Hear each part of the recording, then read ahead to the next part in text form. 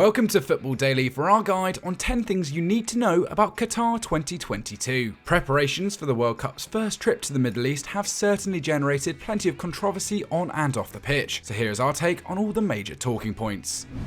10. Winter World Cup.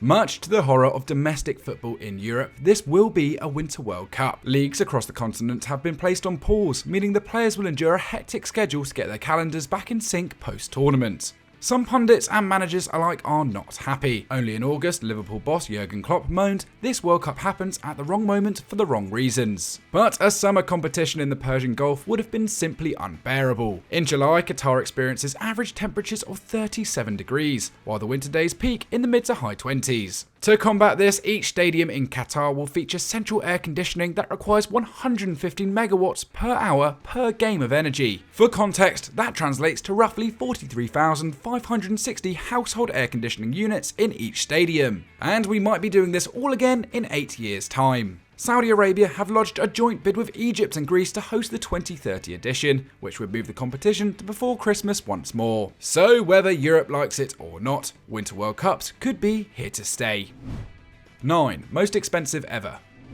Qatar has built 7 brand new stadiums and massively enhanced the Khalifa International Stadium, which was originally opened in 1976. Their bid actually promised 12 stadiums, but FIFA granted a reduction owing to rising costs. Every venue boasts a capacity of at least 40,000, while the 80,000-seater Lusail Iconic Stadium will host the final. Half of the training camps needed to accommodate the 32 nations are brand new and the other half heavily updated, while additional infrastructure projects include a new airport and the Doha Metro line. All things considered, the final cost of getting Qatar ready is expected to be in the region of £138 billion. That is a truly astonishing figure, nearly 10 times what Russia invested and 64 times what South Africa spent in 2010. It is comfortably the most expensive World Cup ever. No surprises then that ticket prices will reach an all-time high. The costliest entry for the final stands at £1,179, up from £807 in Russia, while even the cheap seats will set you back at least £500. Group stage matches are more palatable, starting at £58 for foreigners, although Qatari citizens will enjoy a heavily discounted rate. 8. A World Cup of firsts. As you have gathered, this is a World Cup like no other. Even awarding the tournament to Qatar made history. It's the first ever Middle East World Cup, and the first time since the competition's inception that the host nation is making their debut. Japan technically hadn't played in the World Cup when they won the hosting rights for 2002, but they subsequently qualified for France '98. Qatar is the smallest host country ever, both geographically and by population. It's also the first World Cup to be played in just 8 stadiums, with 4 in Doha alone and 2 more in the city's suburbs. Labelled the most compact World Cup ever, only 90 miles separate the most northern and southern stadiums, meaning for the first time no flying will be required between games, and teams can stay at the same training bases throughout their stay. Because of this, Qatar has pushed the idea that this is the greenest World Cup yet. But given the sheer quantity of infrastructure projects, the 10,000 litres of desalinated water needed to maintain each pitch every day amid the heat, and the power required to cool down the stadiums, this claim seems unlikely. 7. Drinking rules. One of the big questions in the hearts and bellies of many fans heading to Qatar is whether they'll be allowed to drink. The answer, yes and no. As an Islamic country, Qatar heavily regulates the selling, serving and consumption of alcohol. Being caught drinking or being drunk in public is an offence that can result in a fine or prison sentence of up to 6 months. It's also illegal to bring alcohol into the country. However, Qatar has relaxed some of its rules for the duration of the tournament. Provided you are over 21 years old, alcohol can be purchased from various designated fan zones in and around the stadiums before and after matches. Qatar has also built the Arcadia Festival fan area 2 miles outside of Doha, which will serve alcohol daily between 10 AM and 5 PM. However, booze cannot be sold or consumed inside the stadiums during matches for those not in hospitality, while anyone caught drunk will be taken to special zones to sober up. So beer is on the menu in Qatar, just don't drift from the areas you're allowed to drink in. 6. The favourites. Now to the football, and most bookmakers have Brazil as favourites to win their 6th World Cup, and few can argue with that prediction. The Seleção have only lost 5 times since Tite took charge in 2016, and have won their last 7 in a row, scoring 26. Neymar and Vinicius Jr. are the poster boys, but the defence deserves special credit, only conceding just over a goal every 3 games under Tite's watch. Brazil's last defeat came against Argentina in the 2021 Copa America final, and it's their bitter South American rivals who rank as second favourites to win the tournament. tournament. Remarkably, they are just 3 games away from breaking Italy's international record of 37 games without a defeat, with Lionel Scaloni overseeing a remarkable turnaround of La Albiceleste's fortunes in his first role as a head coach. The remaining favourites are France, England and Spain, though all face problems. The French won just once in their recent Nations League group, England were relegated, while Spain lacks a centre forward in potent form, though La Roca do have 7 wins in their last 10. A European victory in Qatar will mark the longest period that a South American nation hasn't triumphed, yet given the state of affairs, we wouldn't bet on it. 5. Qatar's chances. But what about our hosts, Qatar? To start, they're ranked 50th in the world. Only Saudi Arabia and Ghana rank lower among the entrants. However, their opening opponents, Ecuador, are much better at 44th, although the African champions Senegal and a resurgent Netherlands will provide a tougher examination of Qatar's ability. But they have been busy gaining tournament experience. In 2019, Qatar defeated Japan to win the Asian Cup, before contesting the Copa America, then reaching the last 4 of the CONCACAF Gold Cup. And in 2022, their only official defeat has come against Canada, while in October they beat Nicaragua, Honduras and Guatemala. Managed by Felix Sanchez, a former Barcelona youth coach, their entire squad plays out of the Qatari Stars League. Of the 26, Alced's Akram Afif is arguably the one to watch. His former coach Xavi labelled the 25-year-old winger an unbelievable talent, and his numbers support that claim with an astonishing 62 goals and 53 assists in 77 top-flight matches. No one gave Russia much of a chance in 2018, yet they reached the quarter-finals. With that in mind, let's see what Qatar can do. 4. Overdue returns.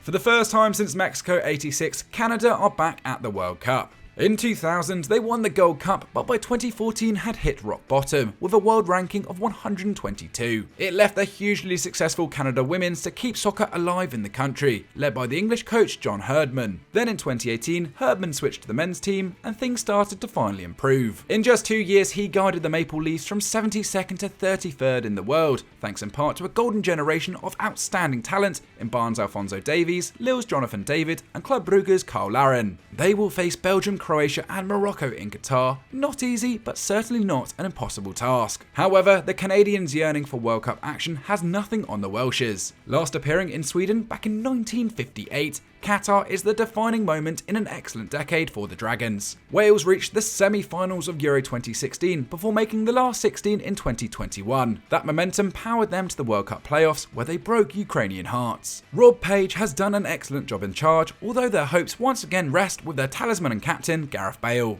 An appearance at the World Cup will provide the finishing touch to the stunning career of the 5-time Champions League winner. 3. Corruption scandal. FIFA's decision to announce Qatar as hosts in 2010 has always been mired in controversy. There have been countless allegations of corruption behind the bidding process. For example, in the past 12 years, 16 of the 22 members in the FIFA Executive Committee who voted have been implicated or investigated for corruption or malpractice. As of today, some notable figures have been banned from football activity for life, including Sepp Blatter, Michel Platini, and the former Qatari president of the Asian Football Federation, Mohammed bin Hammam. In 2011, the Sunday Times alleged that bin Hammam had made payments to various football power brokers totaling $5 million.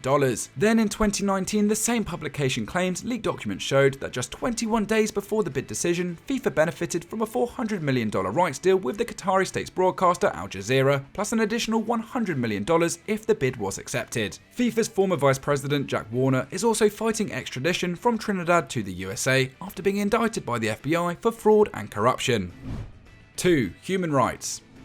But above allegations of corruption, problems with human rights have dominated headlines in the run-up to Qatar. Back in February 2021, The Guardian claimed that data collected from government sources from Bangladesh, India, Pakistan, Nepal and Sri Lanka revealed over 6,500 migrant workers had died in Qatar in the 10 years following their successful bids. Qatar hit back, claiming that the death toll stood at 37. Of course, that is still a totally unacceptable number, and one that only accounts for fatalities on sites directly linked to the World Cup. Yet, the International Trade Union Confederation projects that the migrant worker death toll will be around 7,000 once final data is collected from all nations including Kenya and the Philippines, among others. Qatar's government has widely rejected reports by Amnesty or the Human Rights Watch into worker conditions, and they have made strides in labour reforms. A minimum wage was introduced, the equivalent of £1 an hour, while workers were briefly granted greater freedom to switch jobs and avoid exploitative employers. But on both accounts, critics have said the changes were too little and far too late.